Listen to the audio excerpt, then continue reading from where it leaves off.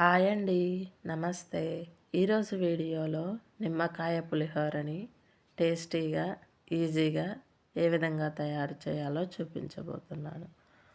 ముందుగా ఈ నిమ్మకాయ పులిహోరకి రైస్ని ఈ విధంగా పొడి పొడిలాడుతూ ఉడికించుకోవాలండి. ఈ రైస్ని పూర్తిగా చల్లారిపోయిన తర్వాత మనం నిమ్మకాయ రసం వేసుకోవాలి. ఈ అన్నానికి సరిపడా నిమ్మకాయ రసం వేసుకోవాలండి. ఇప్పుడు మొత్తం కలిసే విధంగా ఒకసారి కలుపుకోవాలి.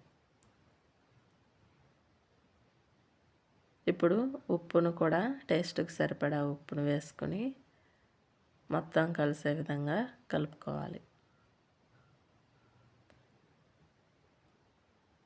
ఈ విధంగా కలుపుకున్న తర్వాత మనం పక్కన పెట్టుకుని ఇప్పుడు మనం తిరగమూత వేసుకుందాం.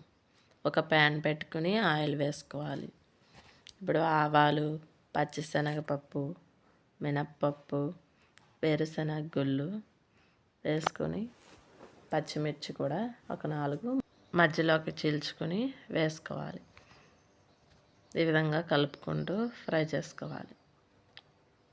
ఇప్పుడు ఎండుమిర్చిని కూడా వేసుకొని కలుపుకోవాలి.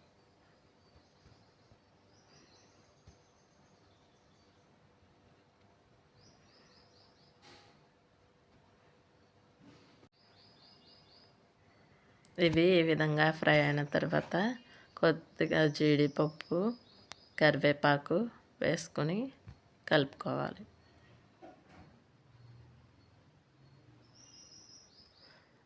ఇప్పుడు ఇంగువని కూడా వేసుకోవాలి.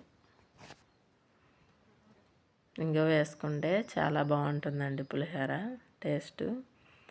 ఇప్పుడు చివరగా పసుపును వేసుకొని స్టవ్ ఆఫ్ చేసుకోవాలి.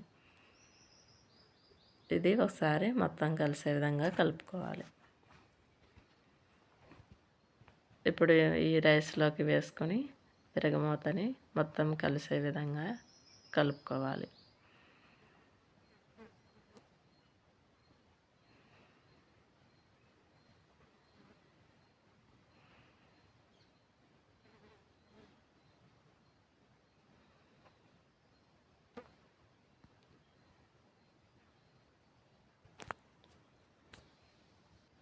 ఇప్పుడు తురిమి పెట్టుకున్న క్యారెట్ని వేసుకోవాలి.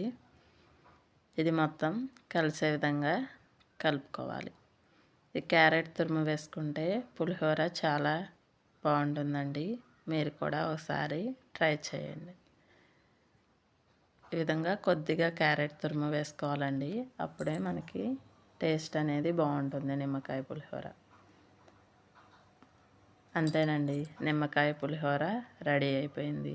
ఈ వీడియో కనుక మీకు నచ్చినట్లయితే లైక్ చేయండి, షేర్ చేయండి అండ్ సబ్స్క్రైబ్ చేసుకోండి. ఈ రెసిపీ ట్రై చేసి ఎలా వచ్చిందో కామెంట్ చేయండి.